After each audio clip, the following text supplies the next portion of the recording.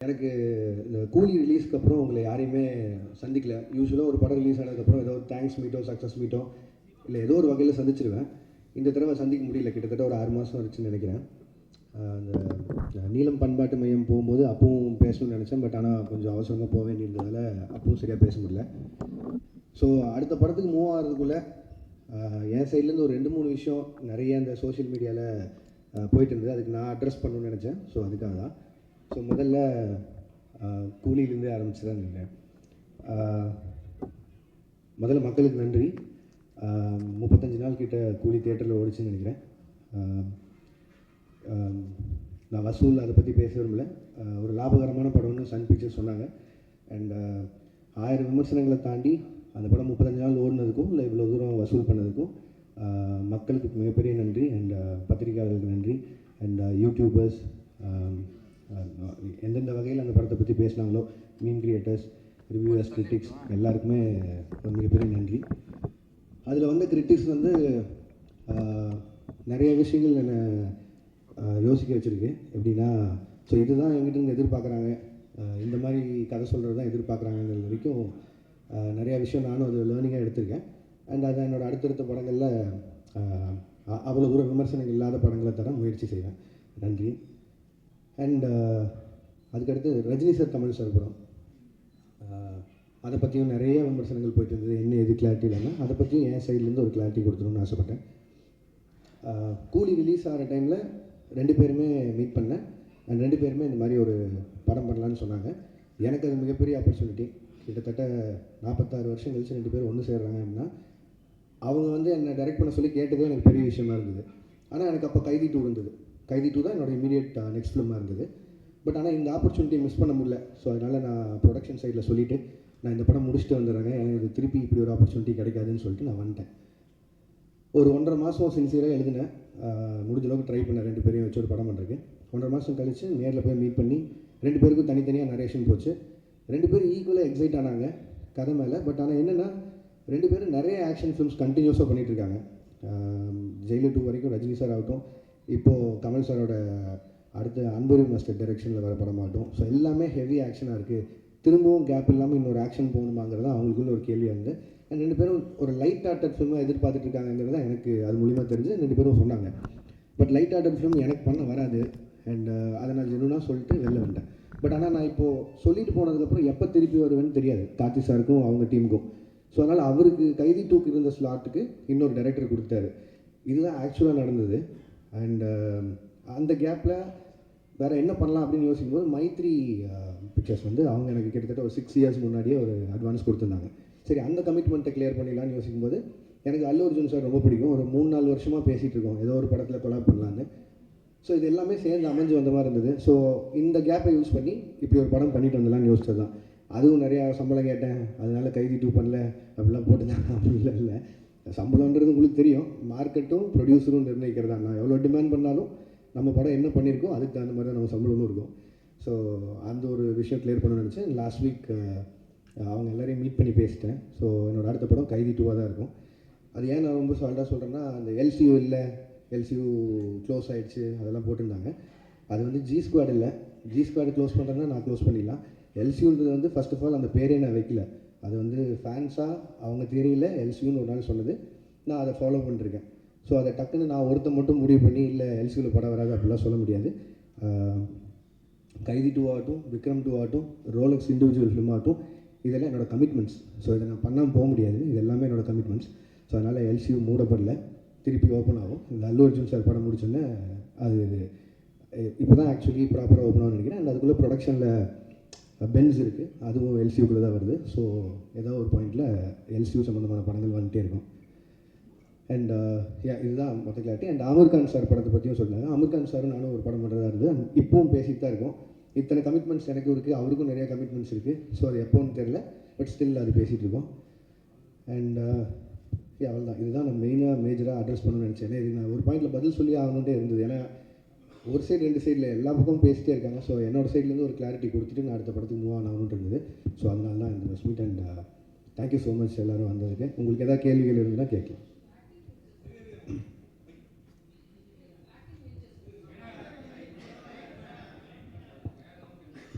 ஏய் வாழ்த்துக்கள். First thanks ma'am. Acting ventures பற்றி பேசவே இல்லையே. அதான் மேம் இப்போ தான் ஆரம்பிச்சிருக்கு, ஒரு 2 ஸ்கெடியூல் முடிஞ்சிருக்கு. அது அருண் பேசினா நல்லாயிருக்கும்னு நினைக்கிறேன், அதனால் நான் பேசுவேன்னு நினைக்கிறேன். இன்னொரு 25 டேஸ் பேலன்ஸ் இருக்குது. அந்த படம் ஷூட் முடிச்சுட்டு நான் அடுத்து அல்லு அர்ஜுன் சார் படத்துக்கு மூவ் ஆகிடும். லோகேஷ் சார், உங்களுக்கு நடிக்கிறது ஈஸியாக இருக்கா, டைரக்ஷன் பண்ணுறது ஈஸியாக இருக்கா, எல்சியூவில் தனுஷ் சிம்புலாம் சேர்த்துக்கு வாய்ப்பு இருக்கா சொல்லுங்கள். ஏன்னு இவ்வளோ கேள்வி கேட்டீங்க. நடிக்கிறது அவ்வளோ ஈஸியாக இல்லைங்க, கஷ்டமாக தான் இருக்குது. எனக்கு தெரிஞ்சு அதான் நான் புதுசாக ஏதாவது கற்றுக்கணும், சும்மா இருக்க டைம் இப்படி ஏதாவது செலவு பண்ணணும்னு சொல்லி பார்த்தது தான். அண்ட் அருணுக்கு எனக்கு கம்ஃபர்ட் இருந்தது, ஃப்ரெண்டு வேறு. ஸோ அதனால் ஈஸியாக அந்த படம் பண்ணி முடியும்னு நினச்சேன். பட் ஆனால் அவ்வளோ ஈஸி இல்லை, கஷ்டம் தாங்க அது. திருப்பி அது கன்டினியூ பண்ணுவோமா இல்லை எல்லாம் தெரியல. இப்போ சொன்னேன்ல இவ்வளோ லைனப் இருக்குது, ஸோ அதெல்லாம் பண்ணணும். ஸோ தெரிலங்க. Lokesh. Hello. Yes sir. So initial days like lot of positive reviews வந்தது, லைக் நிறைய உங்களுக்கு நீங்கள் தான் மோஸ்ட் செலிபிரேட் டேரக்டர் அப்படிங்கிற மாதிரிலாம் நிறைய போயிட்டு இருந்தது. ரீசெண்டாக நிறைய நெகட்டிவ்ஸும் இருக்குது, லைக் ஹேட்ரடும் இருக்குது. So handling both these things different spectrum, like அதை எப்படி பார்க்குறீங்க, like how you handle those? இல்லைங்க, நான் அதான் முன்னாடி தான் நான் சொல்கிறது ஒன்று தான். நான் அதை எதுவும் பர்சனலாக எடுத்துக்க மாட்டேன், ஏன்னா அது என்னோடய வேலை. இப்போ வந்து என்னோடய ஃபஸ்ட்டு படம் இல்லை கூலி, என்னோடய ஃபஸ்ட்டு படம் மாநகரம். கிட்டத்தட்ட 9 வருஷமாக எவ்வளோ பாராட்டுகள் வாங்கியிருப்பேன்னு எனக்கு தெரியும். அவ்வளோவே பாராட்டிட்டு இருந்திருக்காங்க. டக்குன்னு விமர்சனம் வரும்போது அதை மட்டும் நான் ஒத்துக்க மாட்டேன்னு சொல்கிறது நியாயம் இல்லை. அண்ட் படங்கிறது மக்களுக்காக, அது அவங்களுக்கு காட்டும்போது விமர்சனம் வரும்போது அது ஏற்று தான் ஆகணும். ஸோ அதனால் அதை நான் ஸ்பிட் பண்ணி பார்க்கல. அண்ட் ரெண்டாவது அதை நான் பர்சனலாக எடுத்துக்கல, அது ப்ரொஃபஷனாக மட்டும் வச்சுக்கலான் இருக்கேன். ஸோ அதனால் success and average and going back அது உண்மை தானே, எல்லாருக்குமே நடக்கிறது தானே. ஸோ அதனால் நான் பெருசாக எடுத்துக்கல. Thank you. Hello, hi sir, Bhuvnesh from the Hindu.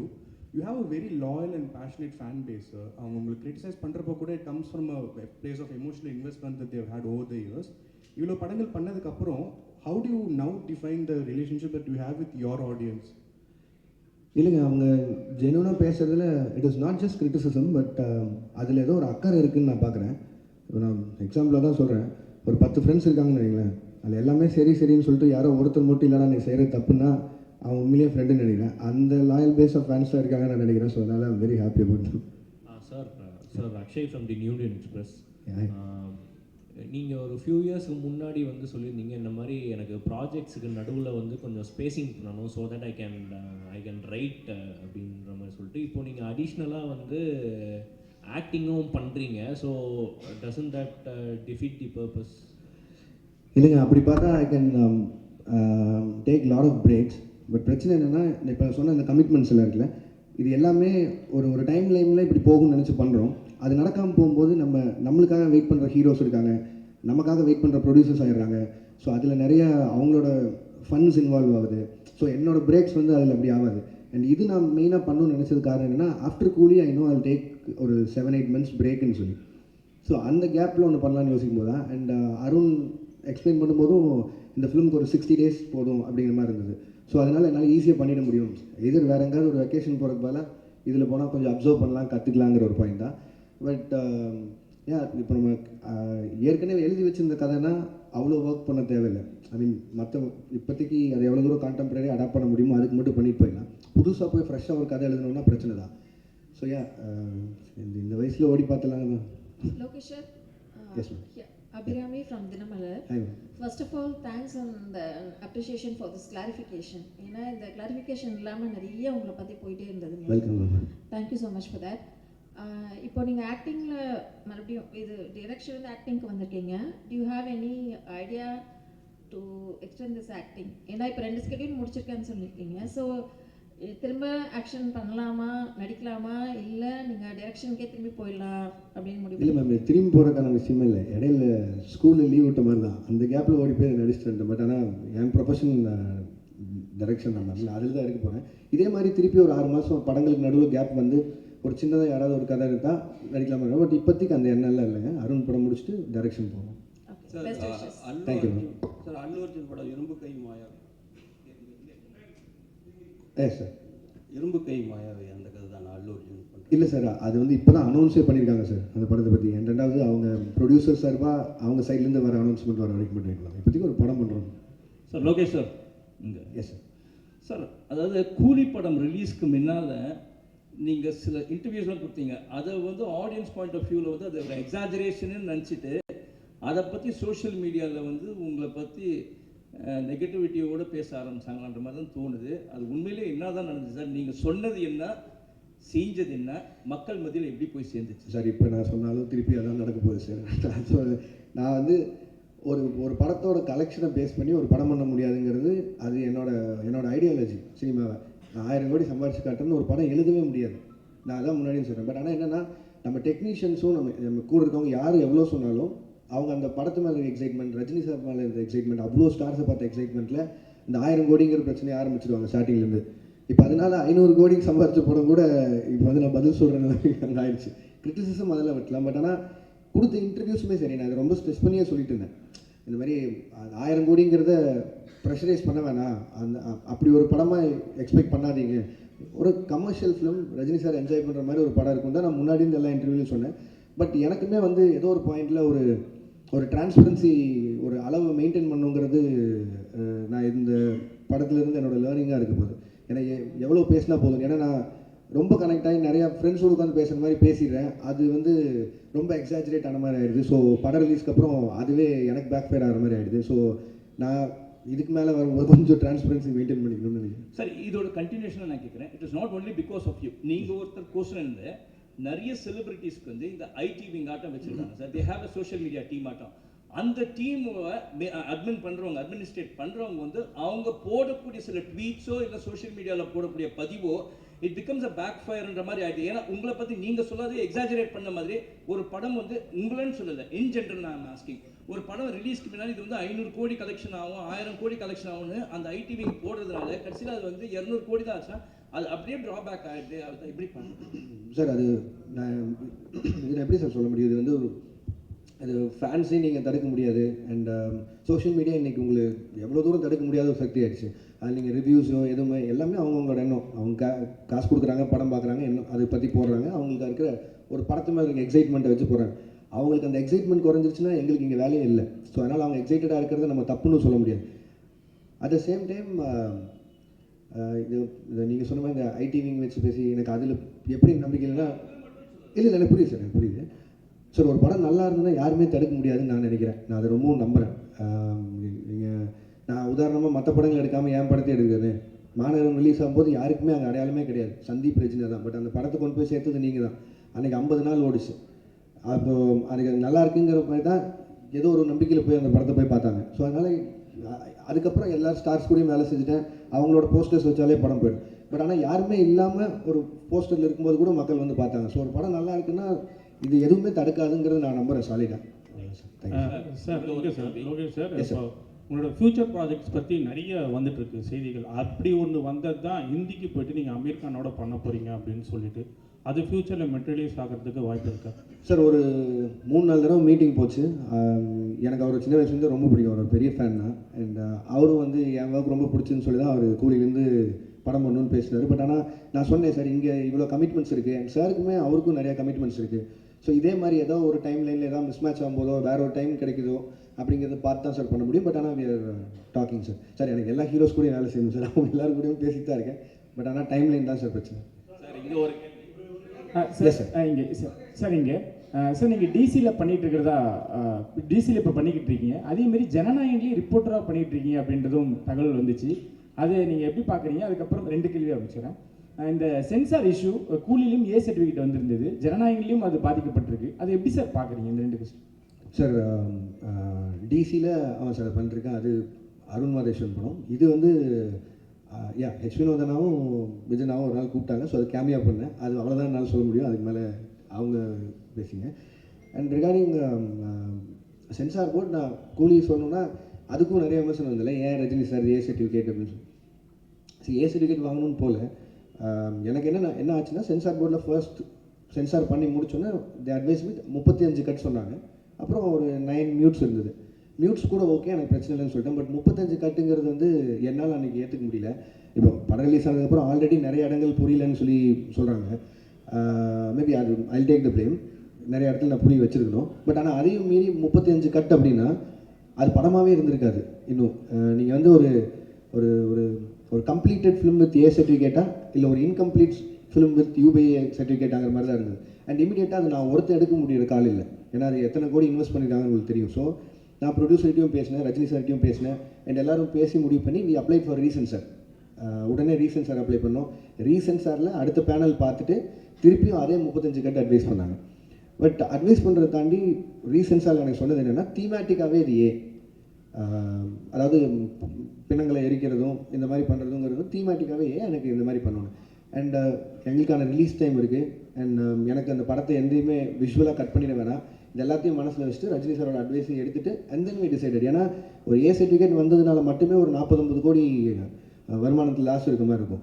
But ஆனால் அது சன் பிக்சர்ஸ் எனக்கு கொடுத்த ஃப்ரீடம், ரஜினி சார் எனக்கு கொடுத்த ஃப்ரீடம், லோகேஷ் உங்கள் காலாக இருக்கட்டும், உங்களுக்கு என்ன தோணுதோ பண்ணுங்க. நான் ஒரு கம்ப்ளீட் ஃபிலிமாக இருக்கணும்னு சொல்லி தான் ஏ சர்டிஃபிகேட் கொடுத்துக்கிட்டது. இல்லைனா ஆப்வியஸாக இன்னும் கொஞ்சம் அதிகமாக சம்பாதிக்க போகுதுன்னா நான் வேணான்னு தான் சொல்லியிருப்பேன். பட் இதுதான் ஆக்சுவலி நடந்தது. அண்ட் ரிகார்டிங் ஜனநாயகன் எனக்கு நீங்கள் வினோத நாடு தான் கேட்கணும், நான் சென்சாருக்குள்ளே போகல, என்னால் நான் சொல்ல முடியும். Thank you sir. இந்த கேள்வி, ஒரு இயக்குனராக இருந்து நடிகர்களை இயக்குனதுக்கும் இப்போ நீங்களே வந்து ஒரு நடிகராக மாறினதுக்கும் என்ன வித்தியாசம் தெரியுது? இப்போ உங்களுக்கு வந்து நடிகராக இருக்கிறது சுகமாக இருக்கா? இப்போ தான் உங்கள்கிட்ட நாங்கள் சொன்னேன், ஆனால் உங்களுக்கு தமிழில் வேணும். சுகமாலாம் இல்லை, நான் நல்லா இல்லை, கொஞ்சம் கஷ்டமாக தான் இருக்குது. டைரக்ஷன் நம்ம தெரிஞ்ச வேலை செய்கிறதுக்கும் தெரியாத வேலை செய்கிறதுக்கும் வித்தியாசம் தான். சார், மீனாட்சி சுந்தரம், உங்கள் படங்களில் நிறைய வன்முறை இருக்குது, வெட்டு குத்து ரத்தம் குரூரெல்லாம் இருக்குது. இது வந்து சமூகத்துக்கு நல்லதில்லை.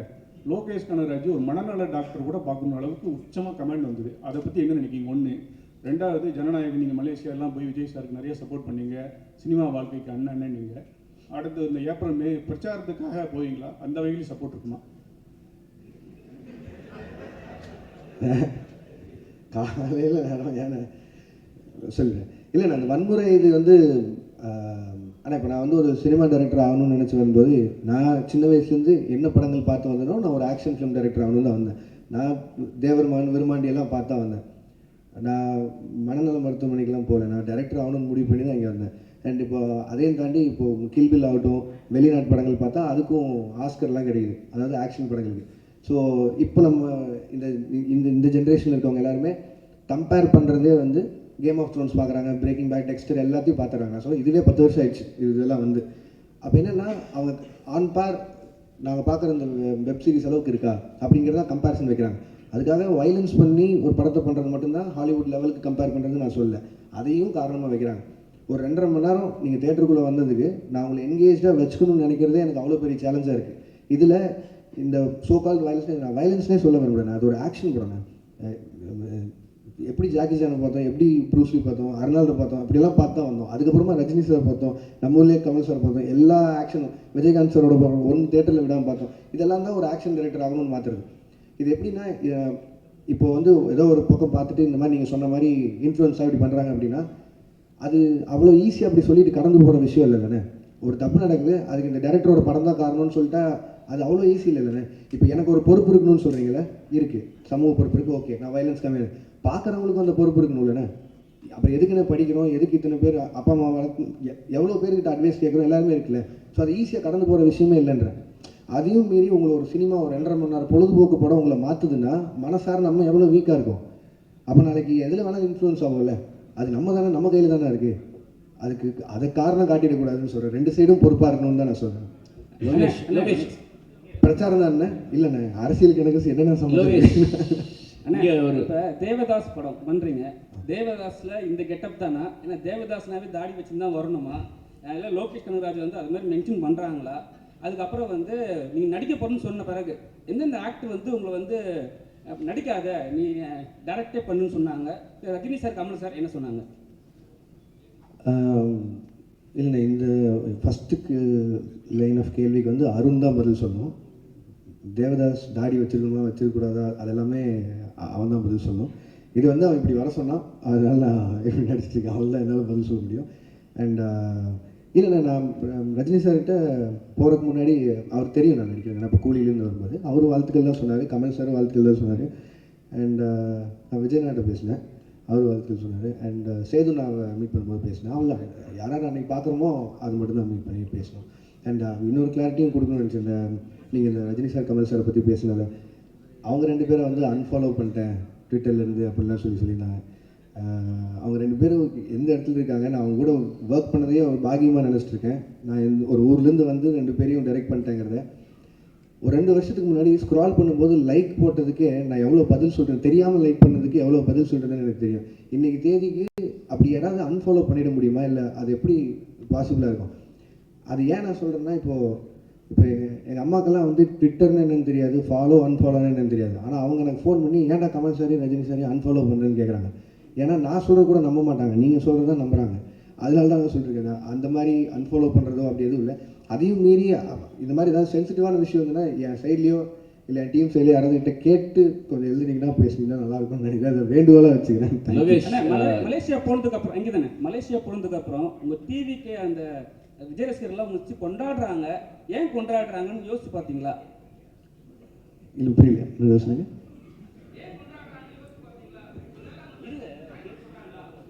இல்லைங்க, நான் அவருக்கு கூட 2 படம் ஒர்க் பண்ணியிருக்கேன். அந்த 2 படமும் அவங்களுக்கு பிடிச்சிருக்கு, அதனால கொண்டாடுறாங்க. என்ன மட்டும் இல்லையா, நெல்சனையும் கொண்டாடினாங்க, அட்லியும் கொண்டாடினாங்க. லோகேஷ் என்ன சார்? லோகேஷ் ஒரு நிமிஷம் சார். எது சார் புரியல?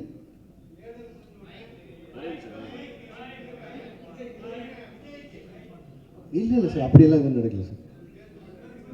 லோகேஷ் ஒரே ஒரு நீங்கள் அல்லு அர்ஜுனை வச்சு அட்லியும் பண்ணுறாரு, அல்லு அர்ஜுனை வச்சு இப்போ நீங்கள் லோகேஷ் கனகராஜும் பண்ண போகிறாரு. ஸோ 2 பேருக்கும் உள்ள அந்த காம்பினேஷனில் ஒரு ஹெல்த்தியான ஒரு காம்படிஷன் இருக்குமா? யார் பெஸ்ட்டாக பண்ணுறது அல்லது யார் படத்தை பீட் பண்ணுறது அப்படின்னு சொல்லிட்டு? இல்லைங்க, 2 பேருமே எங்களோட அடையாளம் தமிழ் இண்டஸ்ட்ரி. ஸோ முடிஞ்ச அளவுக்கு இங்கே இருக்கிற இண்டஸ்ட்ரியை எவ்வளோ தூரம் மேலே கொண்டு போகிறோங்கிறது ஐடியா. அது அட்லீஸ்ட் சைடில் அவர் ட்ரை பண்ணுறாரு, என் சைடில் நான் ட்ரை பண்ணுறேன். 2 பேரும் ஃப்ரெண்ட்ஸ் தான். ஸோ அதனால் யார் படம் ஜெயிச்சாலும் அதிகமாக சம்பாதிச்சாலும் சந்தோஷம் தான். ஸோ தமிழ் இண்டஸ்ட்ரியில் இருந்தாலும் போதும். 2 பேருக்குமே லோகேஷ் உங்களுக்கு ஸோ என்னென்ன படங்கள் அப்டேட் பண்ணுங்க சார் உங்கள் ப்ரொடக்ஷன்? எஸ் மேம், அது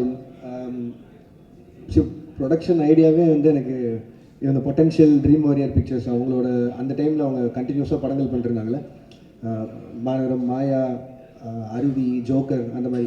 ஸோ அது மாதிரியான ஒரு சின்ன பட்ஜெட்டில் படங்கள் பண்ணுங்கிறது ஆசை. இப்போதைக்கு மிஸ்டர் பாரத்னு சொல்லிட்டு நிரஞ்சன் டைரக்டர் அவர் எடுத்த படம், அது முடிஞ்சிச்சு, போஸ்ட் ப்ரொடக்ஷன் இருக்குது, ரிலீஸ்க்கு தயாராகிட்டு இருக்கு. ரத்னகுமார் டைரக்ட் பண்ணுற படம் 29ன்னு சொல்லி, அது நானும் Karthik Subbaraj sir, Karthik Santhanam, stone bench அவங்களும் சேர்ந்து தயாரிக்கும். அந்த படமும் ஷூட்டிங் முடிஞ்சிச்சு, அது போஸ்ட் ப்ரொடக்ஷன் ரெடி ஆகிட்டு இருக்கு. அண்ட் பாக்யராஜ் கண்ணன் டைரக்ட் பண்ணுற படத்தில் வந்து பென்ஸ், அது ஷூட் போயிட்டுருக்கு. அது எனக்கு தெரிஞ்சு பெரிய படம், அதனால் அது கொஞ்சம் இன்னும் கொஞ்சம் நிறையா ஷூட் போகும்னு நினைக்கிறேன். ஸோ இதில் மிஸ்டர் பாரத்தும் பென்ஸும் வந்து நான் மட்டும் ப்ரொடியூசர் இல்லை, என் கூட Sudhan sir and Jagadeesh bro அவங்களோட கம்பெனிஸும் இன்வால்வ் ஆகிருக்கு. இதான் லோகேஷ் லாஸ்ட்டாக ஒரு கேள்வி. உங்களை பற்றி சோஷியல் மீடியாவில் லோகேஷ் எஸ் சார், உங்களை பற்றி சோஷியல் மீடியாவில் ஒரு நடிகையோட சேர்த்து காதல் லவ் அது இதுன்னு வந்துட்டு இருந்தது. இல்லை நீங்கள் ஏதாவது அந்த மாதிரி போயிட்டு இருக்கா? ஃபேமிலி ஆக போகிறீங்களா? இல்லை சார், எனக்கு ஆல்ரெடி ஃபேமிலி இருக்குது சார். நான் இல்லை செகண்ட் ஃபேமிலி. Thank you sir.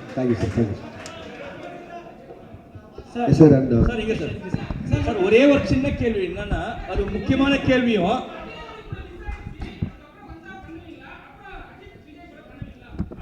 என்ன ஏங்க பண்ண மாட்டேன்னு சொல்ல போகிறேன், பண்ணதாங்க போகிறேன். லோகேஷ் ப்ரோ இல்லைங்க, அது மிஸ் ஆகிறத தாண்டி இல்லை, என்னால் அப்படி இல்லை. ஒரு அவங்க நான் ஆக்ஷன் படம் பண்ணணும்னு நினச்சேன், பட் ஆனால் அவங்க ஒரு லைட் ஹார்ட்டட் படம் கேட்டாங்க, என்னால் பண்ண முடியல. அது அந்த டைமில் இல்லை, கண்டிப்பாக வேறு யாராவது பண்ணுவாங்கன்னு நினைக்கிறேன். லோகேஷ் மக்கள் மத்தியில் பேசப்படுற ஒரே ஒரு விஷயம் என்னன்னா, எஸ் சார், இப்போ சமீப காலமாக வரக்கூடிய படங்களில் இருக்க இயக்குநர்கள் இன்க்ளூடிங் லோகேஷ் கனகராஜோட படங்களில் வந்து ட்ரக் அப்யூஸ் நிறைய இருக்குது, போதை கலாச்சாரத்துக்கு முக்கியத்துவம் கொடுக்கறதா சொல்லி பரவலான பேச்சு சார். இது நிறைய டாக்டர்ஸ் பேசியிருக்காங்க, அதை பற்றி மக்கள் நிறைய பேர் சொல்கிறாங்க. இதை பற்றி உங்களோட கருத்து என்ன? அதே மாதிரி இந்த மாதிரி ட்ரக் யூசேஜை வந்து படத்தில் வந்து பிக்சரைஸ் பண்ணுறது நல்லதா? அந்த சீன்ஸை வச்சு தான் படங்கள் ஓடுமா? ஓகே சார், நான் எனக்கு ஒரு 2 நிமிஷம் கொடுத்தீங்கன்னா நான் எக்ஸ்பிளைன் பண்ண ட்ரை பண்ணுறேன் சார். ஏன்னா இது ரொம்ப நாளாக இந்த அலிகேஷன் சொல்லிட்டு இருக்காங்க சார். நீங்கள் சொல்கிற பாயிண்ட் எனக்கு வேலிடாக புரிஞ்சிச்சு. அதுவும் இப்போது சொசைட்டியில் நடக்கிற எல்லா விஷயத்தையும் பார்த்தா அது இருக்க மாதிரி. பட் ஆனால் நல்லா நோட் பண்ணி பாருங்கள் சார், நான் பண்ண எல்லா படங்கள்லையுமே ட்ரக்கு வந்து இப்படி எடுத்துக்கிட்டால் இந்த மாதிரி ஆயிடலாம், சந்தோஷமாக இருக்கலாம் அப்படின்னு நான் சொல்கிறேன். எங்கேயுமே நான் சொல்ல சார். நான் கமர்ஷியல் படமே பண்ணாலும் அதில் நான் எனக்குன்னு ஒரு சொசைட்டி கன்சர்ன் இருக்குது சார். அதை மீறி நான் பண்ணதில்லை. நீங்கள் மாநகரம் எடுத்துட்டிங்கன்னா அதில் கடைசியில் அவர் சொல்லுவார், மனுஷங்க செய்கிற தப்புக்கு ஊரை கொத்த சொல்லி எந்த தப்பும் இல்லைன்னு. கைதி எடுத்துட்டிங்கன்னா கார்த்தி சாரும் சரி, மரியம் ஜாட் சாரும் சரி, கடைசியில் இது எத்தனையும் எரிச்சு தாண்டா போவோம், இந்த நாயினால தான் உருப்படாமல் போகுதுங்கிற ஒரு வார்த்தையை சொல்லி தான் அதை மொத்தம் எரிப்பாங்க. நீங்கள் மாஸ்டரில் எடுத்துட்டிங்கனாலும் நான் இதையே தான் சொல்லியிருப்பேன். அது எப்படி 18 வயசு கீழே இந்த உனக்கு ஆகல நீ தேட்டருக்குள்ளே போகாதுன்னு சொல்ல முடியுதோ, எப்படி வந்து சாராயமும் பீடியும் அவன் கையில் கிடைக்குதுன்னு. கமல் சாரை வச்சு இந்த ட்ரக் ஃப்ரீ சொசைட்டிக்கான மரியாதை என்ன, அது இப்படி ஆச்சுன்னா என்ன ஆகுங்கிறத அவங்களுக்கு சொல்லியிருக்கேன். இது என்னென்னா, எனக்கு கிடைச்ச ஹீரோஸ் மூலிமா எவ்வளோ தூரம் உறக்க இதை சொல்ல முடியுமோ அதை நான் சொல்லிகிட்டே தான் இருக்கேன். அதை நீங்கள் சொல்லணுன்னா ஒரு பாயிண்டில் இவ்வளோ ட்ரக்ஸ் இருக்குங்க. நான் கைதி படம் முடிக்கும்போது முதல்ல 900 கோடிக்கு ட்ரக்ஸ் மாட்டுமான்னு சொல்லியிருந்தாங்க. நான் ஷூட்டிங்கில் இருக்கும்போதே 20,000 கோடிக்கு ஒரு ஊரில் மாட்டுச்சு. ஸோ இது வந்து எதுவுமே நான் சொல்லி தரல. 20,000 கோடி நான் சொன்னது 900 கோடி தான் சொல்லியிருந்தேன். அப்படி பார்த்தாலும் கம்மி ரேஷியோவில் தான் சொல்லியிருந்தேன். இது இந்த சொசைட்டியே எவ்வளோ கஷ்டப்படுதுன்னு சொல்கிறேன் சார். இது மட்டும் இல்லை சார், என் சைடில் இதுக்கு நான் தான் பேசி ஆகணும். வெறுமனே இப்படி சொல்லிட்டு போயிடலாம், கமர்ஷியலாக வந்துட்டான் ட்ரக்ஸை வச்சு படம் பண்ணிட்டாங்க. இல்லை சார், எவ்வளோ தூரம் சே நோ டு ட்ரக்ஸ் கேம்பெயினுக்கு நான் சப்போர்ட் பண்ணிட்டு இருக்கேன்னு எனக்கு தான் தெரியும். என் சைடில் அவ்வளோ கேம்பெயின்ஸ் நடந்துட்டுருக்கு. ஒவ்வொரு காலேஜாக போய் இது ப்ரொபகண்டா மாதிரியே பண்ணிகிட்டு இருக்கேன். ஒரு 15,000 ஸ்டூடெண்ட்ஸை ட்ரக்ஸை தொட மாட்டேன்னு பிளட்ஜ் எடுக்க வச்சுருக்கேன். கோயம்புத்தூர் கமிஷனர்கிட்ட சே நோ டு ட்ரக்ஸ்ன்னு சொல்லி அந்த தலைப்பில் ஷார்ட் ஃபிலிம்ஸ் பண்ண வச்சு கோயம்புத்தூர் இருக்க எல்லா காலேஜையும் மொத்தமாக வச்சு ஒரு 60 ஷார்ட் ஃபிலிம்ஸ் வந்து அதில் யார் ஃபஸ்ட்டு வராங்களோ அவனை என் அசிஸ்டண்ட்டாக சேர்த்துன்னு சொல்லியிருக்கேன். அவன் தான் இப்போ என் அசிஸ்டண்ட். ஸோ இது எல்லாமே என் சைட்லேருந்து நான் பண்ணிட்டு இருக்கேன் சார். இது வெறும் ஜஸ்ட் ஒரு சினிமாக்காக பண்ணணும் இல்லை, இது சொல்லணுன்னு இருந்தது சொன்னேன். அண்ட் இப்போவும் நான் சொல்கிறேன், பெரிய ஹீரோஸை வச்சு சே நோ டு ட்ரக்ஸ்ன்னு சொல்கிறது நான் அது ஒரு கன்சர்ன், அது நான் சொல்லி தான் ஆகணும்னு நினச்சிட்ருக்கேன். எஸ் சொல்ல நோ சொல்லியிருக்கேன். அதை எல்லோரும் உறக்க சொல்கிறாங்க, ஹீரோஸும் சேர்த்து. இந்த எல்சியூ உருவானதும் வந்தால் இதில் திட்டவட்டமாக கமல் சார் சொன்ன மாதிரி தான், ட்ரக்ஸு இந்த சொசைட்டிக்குள்ளே வேணான்னு தீவிரமாக இருக்கிற தீவிரவாதின்னு அவர் சொல்லியிருப்பார்ல, அதை தான் நானும் கமர்ஷியல் ஃபார்மேட்டில் சொல்ல ட்ரை பண்ணுறேன். பட் ஆனால் நான் என்ன சொன்னாலும் நல்லதை கேட்கவே மாட்டோம், நான் கெட்டதை மட்டும்தான் பார்ப்போம்னு சொல்லிட்டு தான் நானும் என்ன தான் சார் பண்ண முடியும். மேபி நான் பண்ணாமல் விட்டுறேன், அதனால பண்ணாமல் விட்டால் சொசைட்டி மாறிடும்னா அது குட் தான், நான் அது பண்ண போகிறேன். Thank you sir. இன்வைட் அழைச்சிட்டு எல்லோரும் வந்ததுக்கு ரொம்ப நன்றி sir. And with your wishes and blessings என்னோட அடுத்த படத்துக்கு மூவ் ஆகிறேன். Thank you sir. Thank you so much. Thank you.